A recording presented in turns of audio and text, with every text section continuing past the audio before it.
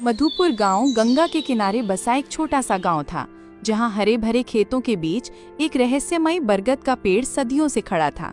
उसकी विशाल जड़ें किसी प्राचीन सर्प की तरह जमीन में गहराई तक फैली हुई थीं, और उसकी मोटी घुमावदार शाखाएं आसमान को छू रही थीं, जैसे वे ब्रह्मांड के अनगिनत रहस्यों को अपने भीतर समेटे हुए हों। गांव वाले इसे रहस्य का पेड़ कहते थे, और इसके नाम के पीछे सिर्फ कहानियां नहीं, बल्कि सदियों पुराने डर और अनसुलझे रहस्य छिपे थे। हर रात सूर्यास्त के बाद उस पेड़ के पास से अजीब और डरावनी आवाजें सुनाई देती थीं। कभी बच्चों की डरावनी खिलखिलाहट जो अचानक शांत हो जाती, कभी किसी बूढ़े की करा जो हवा में घुल जाती, तो कभी पत्तों की सरसराहट के बीच किसी अदृश्य फुसफुसाहट का भ्रम, जैसे कोई प्राचीन आत्मा फुसफुसा रही हो। कुछ का मानना था कि पेड़ के नीचे प्राचीन काल का एक अतुलनीय खजाना छिपा है, जिसे सिर्फ भाग्यशाली और पवित्र हृदय वाले ही पा सकते हैं, जबकि कुछ का मानना था कि वहां बुरी आत्माएं और भटकती प्रेतात्माएं वास करती हैं, जो किसी भी राहगीर को अपने मायावी जाल में फंसाकर हमेशा के लिए कैद कर सकती हैं। इसी गहरे डर के कारण सूर्यास्त के बाद कोई भी उस पेड़ के पास जाने की हिम्मत नहीं करता था, और दिन में भी लोग एक निश्चित दूरी बनाए रखते थे, जैसे पेड़ के चारों ओर एक अदृश्य अभेद्य घेरा हो। इसी गांव में रहता था रामू, एक गरीब किसान। उसकी छोटी सी झोपड़ी थी, जिसकी टूटी हुई छत बारिश में टपकती थी और जिसकी दीवारें मिट्टी और गोबर से बनी थीं। वो अपने सूखे खेतों में दिन रात एक कर मेहनत करता था। सुबह सूरज उगने से पहले उठकर और रात ढलने के बाद थककर सोता था। लेकिन प्रकृति के क्रूर मार और भाग्य की निरंतर परीक्षा ने उसे कभी चैन से नहीं जीने दिया। उसका एक दोस्त था, शेखर, जो हमेशा जल्दी अमीर बनने के सपने देखता था और अक्सर हवाई किले बनाता रहता था। उसकी बातों में अक्सर लालच की चमक और जल्दबाजी की धुन होती थी। वो हमेशा आसान रास्तों की तलाश में रहता था, भले ही उसके लिए दूसरों को नुकसान पहुंचाना पड़े। गांव में सूरज, एक लालची और क्रूर व्यापारी जिसका सूदखोरी का धंधा पूरे गांव में फैला था, भी रहता था। सूरज किसी भी कीमत पर लोगों की जमीनें हथियाने और उन्हें अपने अधीन रखने को तैयार रहता था। और फिर थी कलावती, एक बुजुर्ग रहस्यमयी महिला जो गांव के बाहर एक टूटे फूटे घर में रहती थी। उसके बारे में कहा जाता था कि उसे जड़ी बूटियों और प्राचीन विद्या का गहरा ज्ञान था, और कुछ लोग उसे डायन भी कहते थे, जबकि कुछ उसे गांव की पुरानी कहानियों का जीवित संग्रह मानते थे। कलावती का घर गांव के बाहरी छोर पर था, जहां जंगली झाड़ियां और सन्नाटा पसरा रहता था। लोग उससे डरते भी थे, उसकी रहस्यमयी शक्तियों और उसकी अजीबोगरीब हरकतों के कारण, और जरूरत पड़ने पर उसके पास जाते भी थे अपनी समस्याओं का हल ढूंढने या भविष्य जानने के लिए। रामू की जिंदगी मुश्किलों से भरी थी। लगातार 2 साल से सूखे की चपेट में उसके खेत बंजर हो रहे थे। जमीन सूखकर दरारें पड़ने लगी थीं, और वो सूरज का बड़ा कर्ज चुकाने में असमर्थ था। सूरज का कर्ज बढ़ता जा रहा था, और उसकी आंखों में रामू की जमीन हथियाने की चमक साफ दिख रही थी, जैसे वो एक भूखा भेड़िया हो जो अपने शिकार का इंतजार कर रहा हो। एक सुबह जब रामू अपने खेत में निराश बैठा था, सूरज अपने कुछ लठैतों के साथ वहां आया। उसकी चाल में घमंड और आंखों में क्रूरता थी, जैसे वो अपने शिकार पर टूट पड़ने को तैयार हो। रामू, कब तक इस बंजर जमीन को सींचेगा? देख रहा हूं तेरी मेहनत भी अब पानी मांग रही है, और तेरे हाथ की लकीरें भी सूख गई हैं। इसे मुझे बेच दे। मैं तुझे तेरी औकात से भी ज्यादा पैसे दूंगा, ताकि तू अपनी झोपड़ी तो बचा सके और अपने परिवार को 2 वक्त की रोटी खिला सके। वैसे भी तेरा खेत अब किसी काम का नहीं। सूरज, ये जमीन मेरे बाप दादा की निशानी है। मेरी रगों में उनका खून है, और ये जमीन मेरी आत्मा है। ये सिर्फ मिट्टी नहीं, मेरा वजूद है। मैं इसे नहीं बेचूंगा। चाहे कितनी भी मुसीबत आए, मैं अपनी आखिरी सांस तक इसके लिए लड़ूंगा। ठीक है, लेकिन याद रख, गरीबी और भूख तुझे झुकाएगी। जब भूख नाचती है तो जमीर भी बिक जाता है, और इंसान अपने सिद्धांतों को भी भूल जाता है। वह अपने लठैतों के साथ चला गया, लेकिन उसकी आंखों में एक अजीब सी खतरनाक चमक थी, जैसे उसने कोई बहुत बड़ी गुप्त योजना बना ली हो। रामू जानता था कि सूरज सिर्फ धमकी नहीं दे रहा था, बल्कि वह अपनी बात पर अटल था और कुछ बड़ा करने की फिराक में था।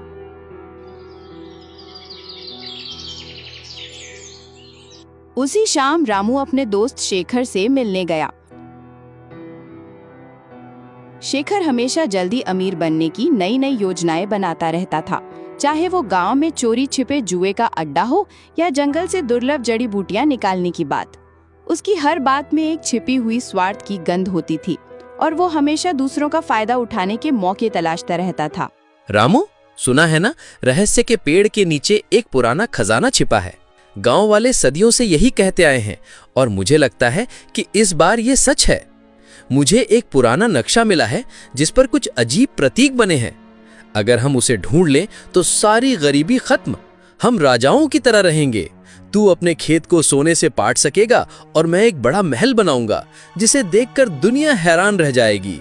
शेखर, ये सब गांव वालों की बनाई कहानियां हैं, सिर्फ डरने के लिए। कौन सा खजाना? और उस पेड़ के पास तो भूत प्रेत का डर है। तूने खुद कितनी कहानियां सुनी हैं?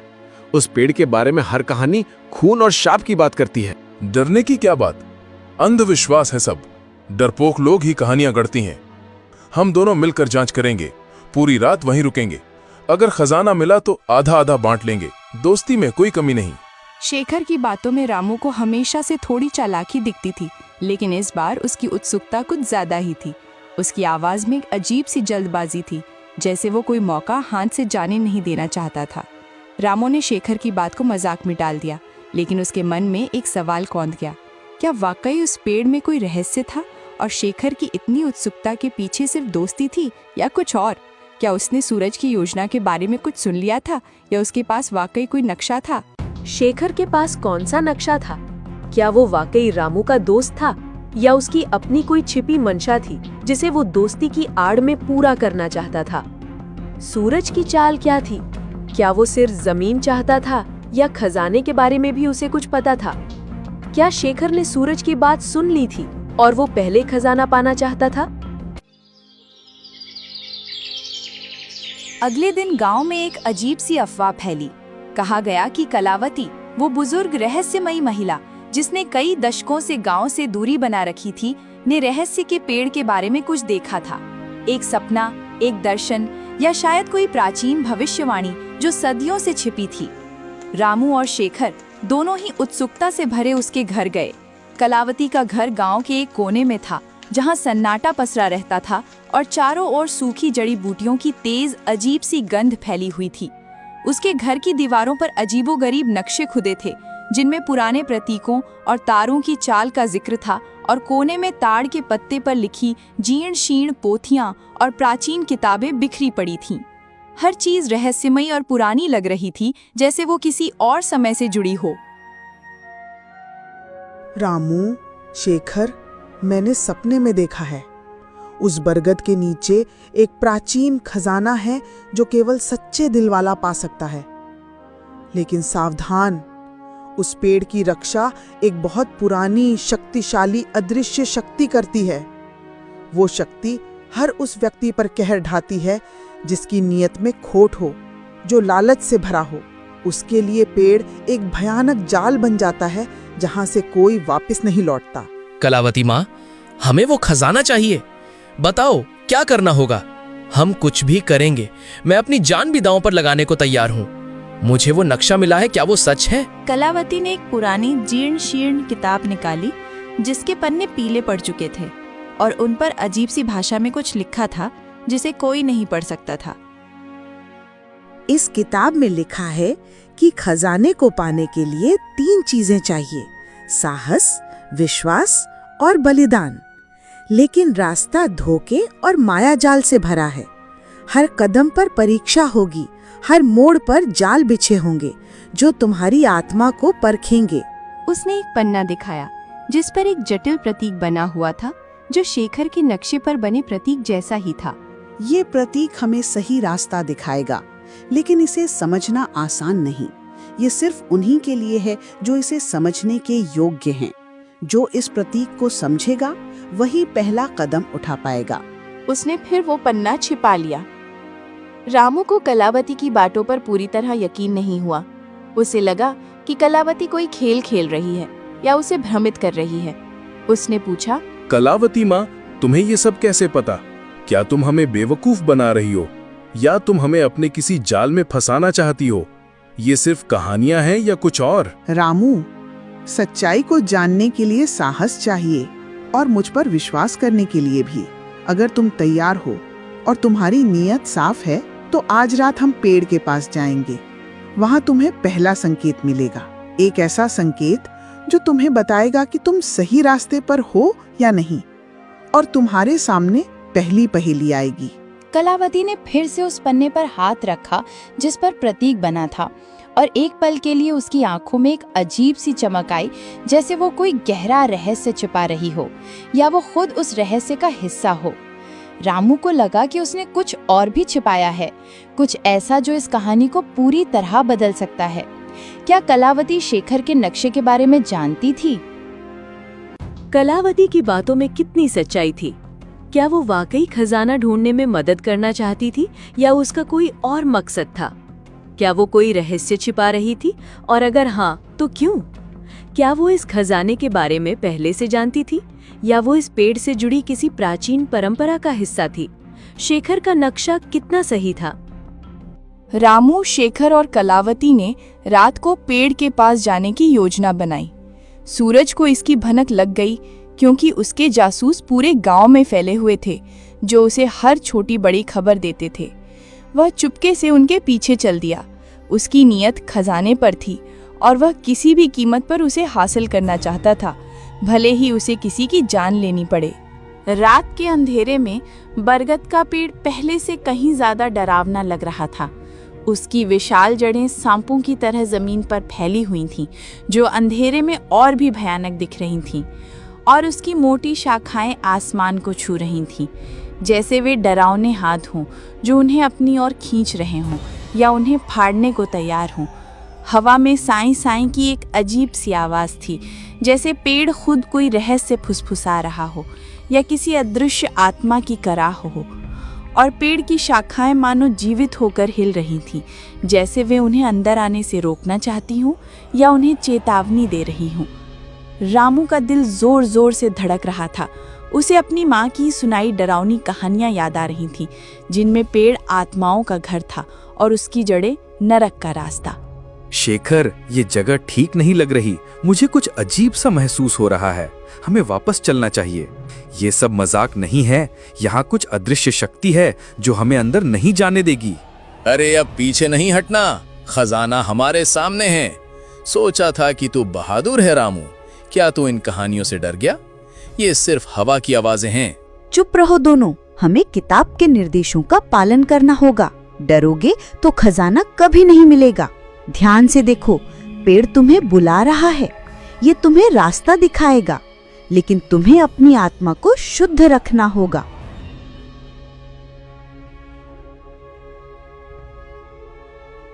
कलावती ने अपनी जीर्ण शीर्ण किताब खोली और एक पुराना जटिल मंत्र पढ़ा, जिसकी भाषा किसी को समझ नहीं आ रही थी, लेकिन उसकी गूंज दिल को कंपा रही थी। मंत्र खत्म होते ही अचानक पेड़ की जड़ों के पास जमीन हिलने लगी, जैसे नीचे कुछ हलचल हो रही हो, और मिट्टी ऊपर उठने लगी एक अजीब सी रोशनी के साथ। एक पुराना जंग लगा ताला दिखाई दिया जो जमीन में धंसा हुआ था और अजीब प्रतीकों से सजा था, जो अंधेरे में चमक रहे थे जैसे वे जीवित हों।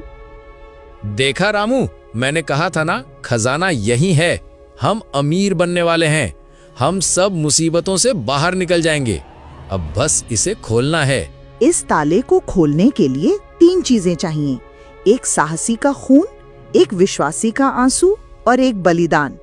ये तीनों चीजें एक साथ पवित्र भावना से अर्पित की जानी चाहिए। कोई भी लालच या स्वार्थ इसे भंग कर देगा और खजाने के संरक्षक तुम्हें कभी माफ नहीं करेंगे। रामू ने साहस दिखाते हुए अपना हाथ काटा और खून की कुछ बूंदें ताले पर डाली। ताला हल्का सा चमक उठा और उस पर बने प्रतीक तेजी से जलने लगे, जैसे वे आग पकड़ रहे हों। शेखर ने अपनी माँ की याद में आंसू बहाए और ताले पर डाले। आंसू गिरते ही ताले से एक धीमी रहस्यमयी गूंज सुनाई दी, जैसे पेड़ खुद बोल रहा हो या कोई अदृश्य शक्ति जगा हो। लेकिन बलिदान का मतलब क्या था?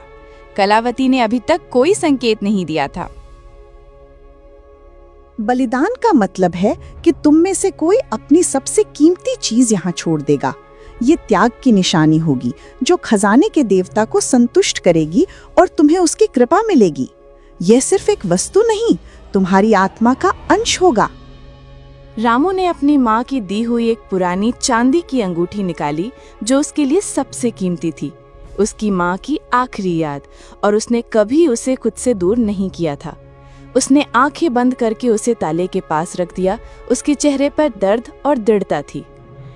शेखर ने अपनी जेब से एक पुराना चमचमाता सिक्का निकाला जो उसके दादाजी का था। वो उसे देने में हिचकिचा रहा था, उसके हाथ कांप रहे थे। उसके चेहरे पर लालच साफ दिख रहा था, लेकिन खजाने की भूख ने उसे मजबूर किया।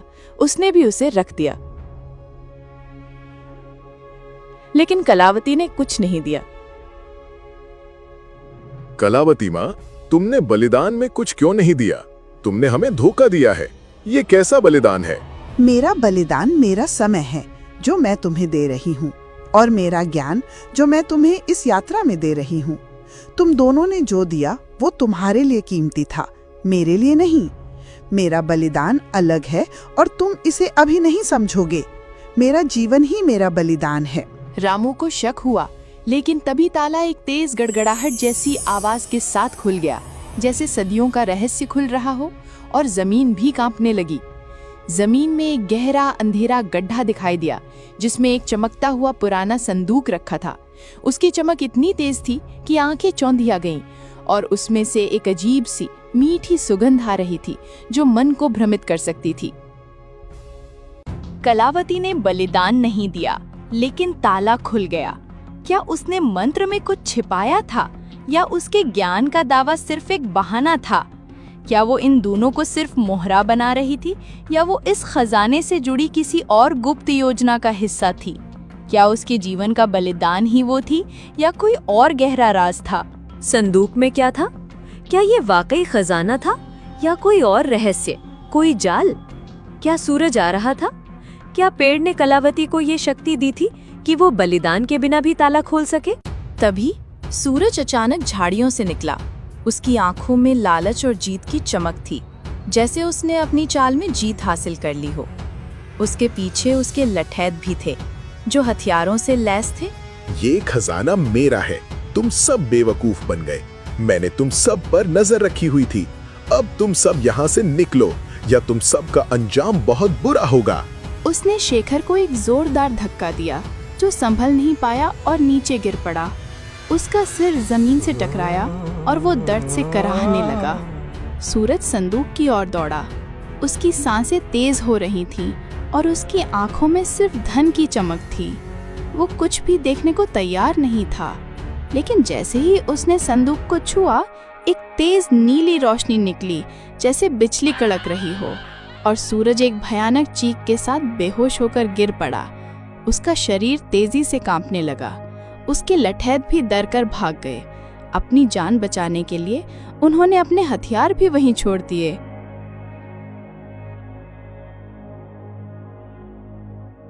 ये क्या हुआ? ये संदूक तो शापित है। ये तो भूत प्रेतों का काम है। हमें यहाँ से भागना चाहिए, नहीं तो हम भी यहीं फंस जाएंगे। मैंने कहा था ना, खजाना केवल सच्चे दिल वाला पा सकता है। सूरज का लालच उसे ले डूबा। ये सिर्फ एक चेतावनी थी जो सच्चे खजाने की ओर इशारा कर रही थी। ये संदूक केवल अयोग्य लोगों को दूर रखता है और उन्हें सबक सिखाता है।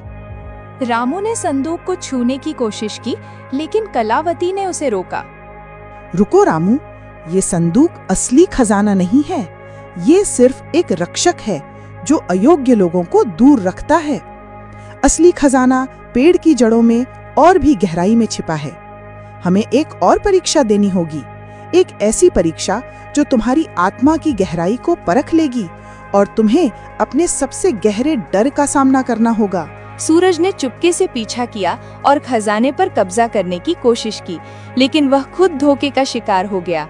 यह संदूक सिर्फ एक जाल था, एक परीक्षण जो लालचियों को दूर रखता था और उन्हें एक गहरा सबक सिखाता था।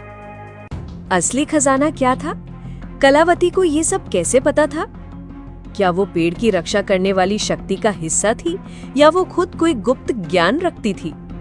अगला परीक्षण क्या था और क्या रामू उसे पास कर पाएगा? क्या उस संदूक में कोई और रहस्य छिपा था? कलावती ने अपनी जीर्ण शीर्ण किताब से एक और मंत्र पढ़ा जो पहले वाले से भी ज्यादा जटिल और पुराना था, और उसकी आवाज में एक अजीब सी गूंज थी। मंत्र खत्म होते ही पेड़ की जड़ों से एक छोटा सा चमकीला पौधा निकला जिसके फूल सुनहरे थे और उनसे एक दिव्य मनमोहक सुगंध आ रही थी जो मन को शांत कर रही थी। ये फूल सामान्य फूलों से बिल्कुल अलग थे। वे हवा में तैर रहे थे जैसे वे इस दुनिया के न हों, और उनकी चमक अंधेरे में रास्ता दिखा रही थी जैसे वे स्वयं प्रकाश हों। ये फूल अमर हैं। इन्हें बेचकर तुम अपनी गरीबी खत्म कर सकते हो, लेकिन केवल वही इन्हें ले सकता है जिसका दिल साफ हो और जिसमें कोई लालच ना हो। जो इन्हें लालच से छुएगा वो इन्हें खो देगा और उसे कभी सुख नहीं मिलेगा, बल्कि उसे भयानक परिणाम भुगतने पड़ेंगे। रामू ने एक फूल उठाया और उसे शांति और खुशी महसूस हुई। फूल उसके हाथ में चमकने लगा और उसकी चमक रामू के चेहरे पर एक अजीब सी रोशनी ला रही थी, जैसे वह स्वयं प्रकाशित हो गया हो। शेखर ने भी एक फूल लिया, लेकिन उसका फूल उसके हाथ में आते ही मुरझा गया और फिर धूल में बदल गया। शेखर के चेहरे पर निराशा और क्रोध साफ दिख रहा था और उसकी आंखों में भयानक दर्द था। ये क्या हुआ? मेरा फूल क्यों मुरझा गया? कलावती माँ, तूने मुझसे झूठ कहा है। तू हमें बेवकूफ बना रही है। लालच और धोखा तुम्हें कभी सुख नहीं देगा शेखर। ये फूल केवल उन्हीं के लिए हैं जो निस्वार्थ हैं और जिनकी आत्मा शुद्ध है। तुम्हारी आत्मा में लालच भरा है, इसलिए ये फूल तुम्हें स्वीकार नहीं करते, बल्कि तुम्हें अस्वीकार करते हैं। कलावती माँ, तुम्हें ये सब कैसे पता? और तुमने बलिदान क्यों नहीं दिया? तुम कौन हो? क्या तुम इस पेड़ की रखवाली करती हो? रामू, मैंने तुम्हें रास्ता दिखाया। मेरा बलिदान मेरी सच्चाई थी। मेरा विश्वास था कि तुम इसे ढूंढ सकते हो, और तुम में वो सच्चाई थी। मैं इस पेड़ की संरक्षक नहीं हूँ, लेकिन मैं उन प्राचीन ज्ञान की रखवाली करती हूँ जो इस खजाने तक पहुँचाते हैं। मेरे पूर्वज इस पेड़ और इसके रहस्य के बारे में जानते थे, और उन्होंने ये ज्ञान पीढ़ी दर पीढ़ी सौंपा है। मैं इस ज्ञान की अंतिम कड़ी हूँ। उसकी आंखों में एक चमक थी, जैसे वो कुछ और भी छिपा रही हो, कोई गहरा रहस्य जो रामू अभी नहीं समझ सकता था, लेकिन जिसे जानने का समय आ गया था। कलावती ने असली खजाने का रहस्य पहले ही जान लिया था, लेकिन उसने रामू और शेखर को सिर्फ आधा सच बताया। क्या वो अपनी पहचान छिपा रही थी? क्या वो इस ज्ञान का उपयोग किसी और उद्देश्य के लिए कर रही थी, या वो इस खजाने से जुड़ी किसी और बड़ी शक्ति का हिस्सा थी? क्या वो कोई प्राचीन रहस्यमयी समाज से संबंध रखती थी जिसकी जिम्मेदारी इस खजाने की रक्षा करना थी? शेखर को गुस्सा आ गया। उसने सोचा कि कलावती उसे बेवकूफ बना रही है और वह अकेला ही सारे फूल हड़पना चाहती है। उसने रामू से कहा, रामू, ये कलावती माँ हमें बेवकूफ बना रही है। सारा खजाना वो खुद लेना चाहती है। ये सब उसका नाटक है। हमें यहाँ से भागना चाहिए। शेखर ने कलावती पर हमला करने की कोशिश की। उसकी आंखों में गुस्सा और लालच साफ दिख रहा था। वो तलवार की तरह कलावती की ओर लपका, लेकिन तभी पेड़ की शाखाएं तेजी से हिलने लगी और एक अजीब सी डरावनी आवाज गूंजी, जैसे पेड़ खुद बोल रहा हो या किसी अदृश्य शक्ति ने आवाज दी हो जो शेखर को चेतावनी दे रही थी। शेखर डर के मारे पीछे हट गया। उसका शरीर कांप रहा था और उसके हाथों से तलवार छूट गई, जैसे वो जल रही हो। शेखर, तू मेरा दोस्त है, फिर भी तुझ में इतना लालच है। कलावती माँ सही कह रही है। खजाना सच्चाई का है, लालच का नहीं। तूने मेरी दोस्ती का भी अपमान किया है और अब इस पवित्र स्थान को भी अपवित्र कर रहा है। शेखर ने अपनी गलती मानी, लेकिन उसकी आंखों में लालच अभी भी था। एक ऐसी भूख जो मिटने का नाम नहीं ले रही थी, जैसे वो उसके खून में समा गई हो। उसने चुपके से एक और सुनहरा फूल तोड़ने की कोशिश की, इस बार और तेजी से। उसने सोचा कि कोई उसे देख नहीं रहा। उसने फूल तोड़ लिया और भागने की कोशिश की, लेकिन जैसे ही वो गांव की ओर भागा, फूल उसके हाथ में जलने लगा और फिर राख में बदल गया। एक अजीब सी ऊर्जा ने उसे पीछे धकेला और वो जमीन पर गिर पड़ा। उसके शरीर में भयानक दर्द होने लगा और उसे लगा कि उसकी आत्मा जल रही है। शेखर ने रामू और कलावती को धोखा देने की कोशिश की, लेकिन उसका लालच उसे ले डूबा। पेड़ ने खुद उसे सजा दी, ये दिखाते हुए कि प्रकृति कभी लालच का साथ नहीं देती और उसके नियम बहुत कठोर होते हैं। क्या शेखर फिर से कोई साजिश रचेगा? क्या पेड़ की शक्ति उसे सबक सिखाएगी या उसे हमेशा के लिए बांध लेगी? क्या सूरज के लठैट वापस आएंगे और इस बार उनका क्या इरादा होगा? पेड़ का क्रोध कितना भयानक हो सकता है। जैसे ही शेखर जमीन पर पड़ा था, दर्द से कराह रहा था। सूरज, जो अभी भी बेहोश पड़ा था, धीरे धीरे उठने लगा। उसकी आंखों में बदला लेने की आग थी, जो पहले से कहीं ज्यादा भयंकर थी, और उसके चेहरे पर एक भयानक मुस्कान थी। उसने रामू को देखा, जिसके पास अभी भी चमकीला सुनहरा फूल था और उसकी आंखों में ईर्ष्या साफ झलक रही थी। तो ये है असली खजाना, मैं इसे नहीं छोड़ूंगा, ये मेरा है, अब कोई मुझे रोक नहीं पाएगा। उसने रामू पर हमला किया। उसके हाथों में पत्थर था, वह रामू को मारना चाहता था, लेकिन इस बार कलावती तेजी से आगे आई। उसकी चाल में एक अजीब सी फुर्ती थी, जैसे वो हवा में तैर रही हो। उसने एक और मंत्र पढ़ा और पेड़ से कुछ विशाल जड़ें निकली, जिन्होंने सूरज को जकड़ लिया, जैसे वे उसे निगलने को तैयार हों, और उसकी चीखें हवा में गूंजने लगी। सूरज चीखने लगा, उसकी आवाज जंगल में गूंजी, लेकिन वह हिल नहीं पा रहा था। लालच तुम्हें हमेशा अंधेरे की ओर ले जाएगा सूरज। ये पेड़ तुम्हें तब तक नहीं छोड़ेगा जब तक तुम अपने पापों का प्रायश्चित नहीं कर लेते और अपनी नियत साफ नहीं कर लेते। प्रकृति कभी अन्याय का साथ नहीं देती और वो अपने संरक्षकों की रक्षा करती है। रामू ने सूरज को देखा और उसे दया आ गई। उसने कलावती से कहा, कलावती माँ, इसे छोड़ दो, इसे एक मौका दो, शायद ये अपनी गलती समझ जाए और सही रास्ते पर लौट आए।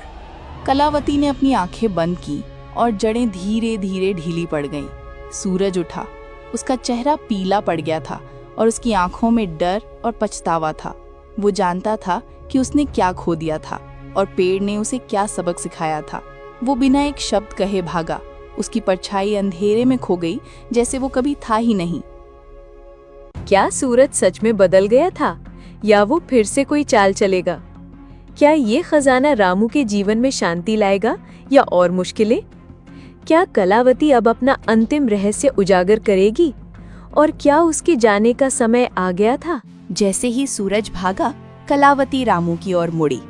उसकी आंखों में अब कोई रहस्य नहीं था, बल्कि एक गहरी शांति और ज्ञान था, जैसे उसने अपना जीवन भर का कर्तव्य पूरा कर लिया हो। उसके चेहरे पर एक अजीब सी चमक थी, जो पहले कभी नहीं दिखी थी। रामू, अब समय आ गया है कि मैं तुम्हें अपना अंतिम रहस्य बताऊं। मैं सिर्फ एक जड़ी बूटी बेचने वाली रहस्यमयी बुजुर्ग महिला नहीं हूं। मैं इस बरगद के पेड़ के प्राचीन संरक्षकों में से एक हूं। मेरे पूर्वज सदियों से इस खजाने और इसकी शक्ति की रक्षा करते आए हैं। ये खजाना सिर्फ भौतिक धन नहीं है, बल्कि ये जीवन का संतुलन है, प्रकृति की शक्ति का प्रतीक। ये सुनहरे फूल सिर्फ धन नहीं देते, बल्कि ये शुद्ध ऊर्जा हैं जो धरती को उर्वर बनाती हैं और दिलों को शुद्ध करती हैं। ये पेड़ सिर्फ एक पेड़ नहीं, बल्कि प्रकृति की आत्मा है और इसका खजाना उसकी जीवनदायिनी शक्ति। तो तुम पहले से ये सब जानती थी और तुम यहाँ क्यों रुकी थी? हाँ रामू, मैंने तुम्हें और शेखर को इसलिए लाया क्योंकि मैं जानना चाहती थी कि तुम में से कौन सच्चा है और कौन इस खजाने का हकदार है। शेखर के लालच ने उसे भटका दिया और उसे अपनी गलतियों से सीखना होगा। सूरज की क्रूरता ने उसे दूर कर दिया, लेकिन उसे भी सबक मिल गया। लेकिन तुमने अपनी सच्चाई, दया और निस्वार्थ भाव से खुद को साबित किया। तुम ही इस खजाने के वास्तविक उत्तराधिकारी हो। उसने एक और फूल रामू को दिया। ये फूल अनंत हैं, जब तक इनका उपयोग अच्छे के लिए किया जाएगा। जब तुम इन्हें बेचोगे तो ये तुम्हारी गरीबी दूर करेंगे, लेकिन इनका असली मूल्य तुम्हारी मेहनत और ईमानदारी से बढ़ेगा और ये तुम्हारी आत्मा को और भी शुद्ध करेंगे। कलावती ने अपनी आंखों में एक अजीब सी चमक के साथ कहा, मेरा बलिदान रामू इस खजाने के रहस्य को इतने सालों तक अपने भीतर छिपाए रखना था। मेरी जिम्मेदारी थी कि मैं सही व्यक्ति को ये रास्ता दिखाऊं और इस प्राचीन ज्ञान को आगे बढ़ाऊं। अब मेरी जिम्मेदारी पूरी हुई। इस पेड़ की शक्ति और इसका ज्ञान अब तुम्हारे साथ रहेगा। कलावती का शरीर धीरे धीरे पारदर्शी होने लगा और फिर वो हवा में घुल गई, जैसे वो कभी वहां थी ही नहीं, या जैसे वो किसी और लोक से आई थी और अब अपनी असली घर लौट रही थी। उसकी आवाज रामू के कानों में गूंजती रही। रामू अकेला रह गया। उसके हाथ में सुनहरे फूल थे और उसके मन में एक गहरा रहस्य और एक नई जिम्मेदारी। उसने महसूस किया कि कलावती सिर्फ एक बुजुर्ग महिला नहीं थी, बल्कि वह प्रकृति का ही एक अंश थी, या कोई प्राचीन आत्मा जो इस खजाने की रक्षा कर रही थी।